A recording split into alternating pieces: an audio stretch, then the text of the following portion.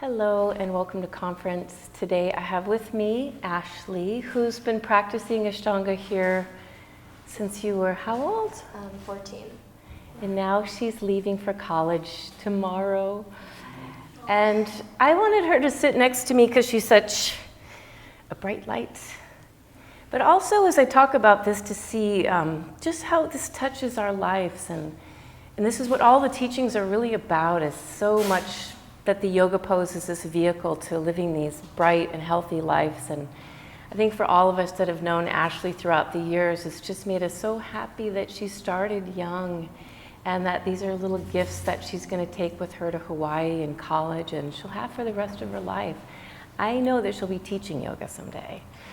And but also I just know that this practice will be something she does wherever she is in the world. You know, we'll miss her here.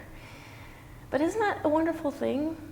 So last week I talked about the fact that the asanas that we do and the vinyasas and the order and the way that Ashtanga is so unique in the sequencing and the poses we do, it's also unique in that we're really trying to cultivate this silence.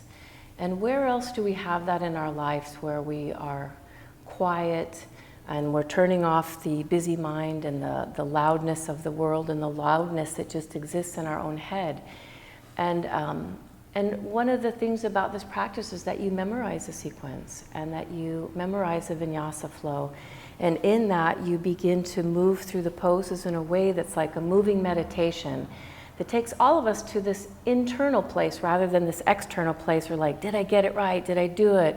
Competition, I've got to do that later, all that busy stuff that we quiet ourselves from and come to this very quiet place. And I was comparing it this week to, you know how sometimes we know in our busy lives, we're busy because of our jobs and we're busy because of our responsibilities and we're just busy in our own heads, that sometimes we take a vacation and we get away. And some of the best vacations we can take is when we get away and we go to the mountains. You know, to Mammoth or to Big Bear or to Colorado. And we go to the mountain for that silence. We go there for beauty and for silence and to nurture ourselves. And I was kind of comparing that. You know when you've ever been to a place like Mammoth and you're at the top of a hill or something and maybe it's evening time and it's so quiet, but you realize the silence because of the sound of like a cricket. Have you ever had that happen before where there's like this cricket, and you hear that and it says to you, you are in sacred silence. And I was comparing that to the yoga mat where we come here and we're moving into this internal place and shutting off our busy heads in a way that creates a silence. And for me, the sound of the ujjayi breath is like the cricket. You know, all of a sudden you hear your breath, you hear the person breathing next to you, you hear a room full of breath, and it feels like you're on that mountaintop. You're in your sacred, beautiful place.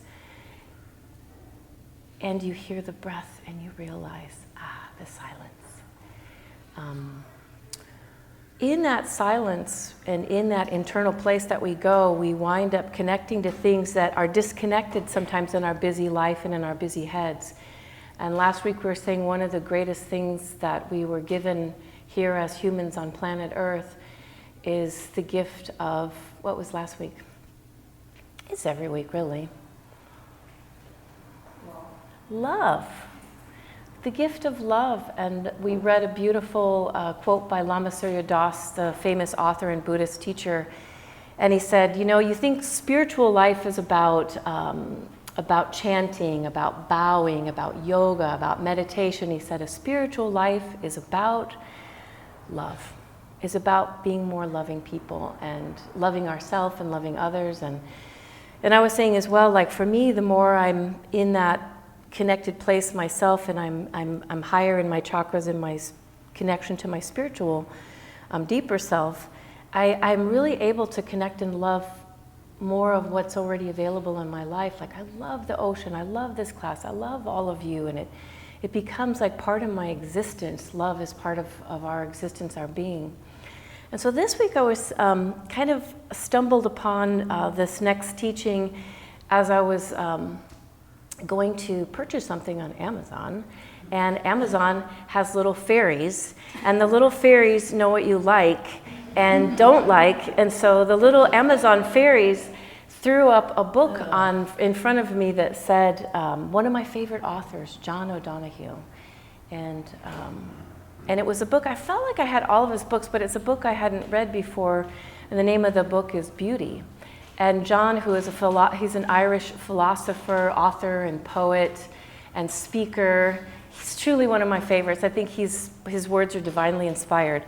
But I saw, Beauty, and it just struck me. I hadn't read it before, and so I tapped on the other little thing the Amazon fairies do is they can play little snippets of something.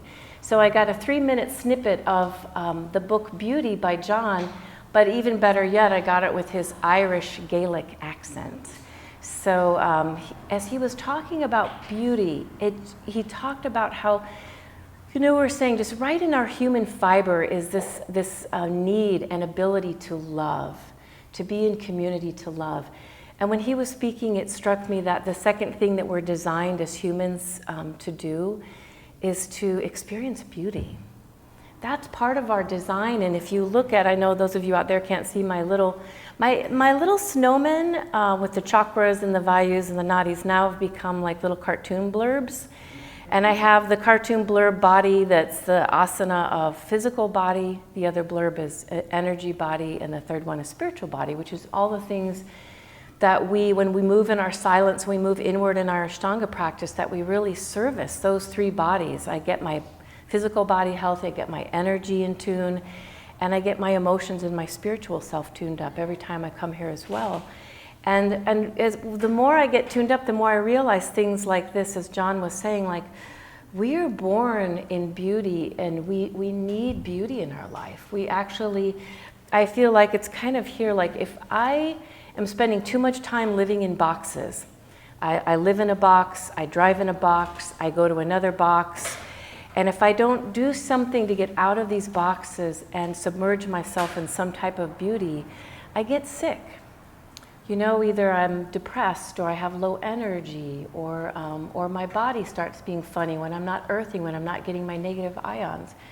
And it's just this simple realization of we're designed for beauty. We're designed to interface with it. We're designed to recognize beauty. And I think we're thirsty for it. We're actually thirsty for it. There's this desire in us. It draws us to it. And we all know that for too long, if we go without it, we feel it. So I feel like every time we come to our yoga practice and we're doing this internal practice where we're connecting to our internal self, we start to realize the things that we need, the love and the beauty, and we start to appreciate even the simplest things, like just here, the fact that we don't just practice in a box, but we get to look at the ocean every time we come to the box, and I never get tired of that. The day I get tired of seeing that big blue, something's not right. Nature teaches us that, The day that I don't realize, like the other day, I've been having so many birds at the house lately, and one of the birds that I was watching, I realized had like this tummy that was polka dotted. And I was so thrilled, at the polka dots, and like, who made you? Who dressed you? Wow, you're amazing, And yesterday, my friend sent me a picture of a tomato worm. Have you seen a tomato worm?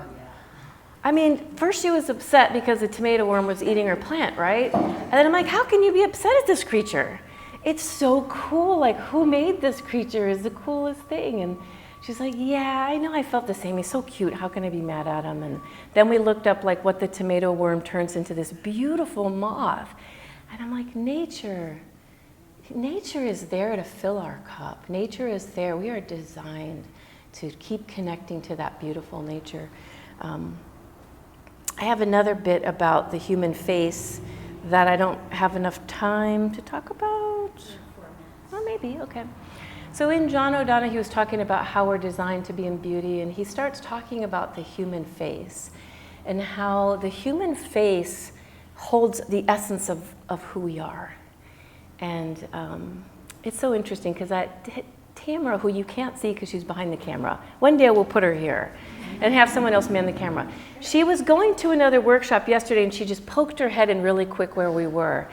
And it struck me what John said because I love her so much. She has the cutest, most beautiful face. And when she popped her head in, it just brought joy. It brought joy to me.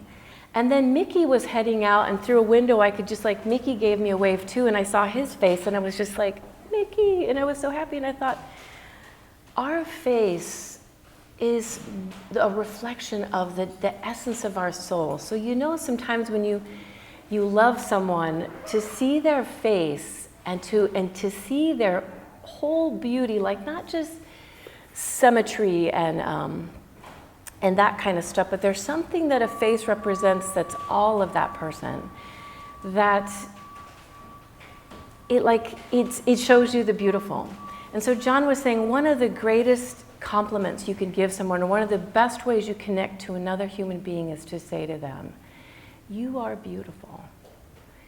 And it reminded me of a story that Jenny told us, who's a preschool teacher, when she had been gone for a month and was going back for the little Tyke's graduation, and the kids hadn't seen her for a month. And some of them have some really serious, sadly to say, behavioral problems, even in preschool. And so when she came back to school, one of the kids that had had a lot of the behavioral problems was so excited to see her, loved her so much, was so excited to see her. He was in front of her, and he kept saying to her, do you see me? And he repeated it over, do you see me? And then later, some of the other kids was like, Miss Jenny, look, my tooth is loose. And another kid, Miss Jenny, look, I have new shoes on. And we were talking about how important it is to see our children, to get away from our boxes and to see our children, to look at them and to acknowledge them. And so we were saying the importance of being seen.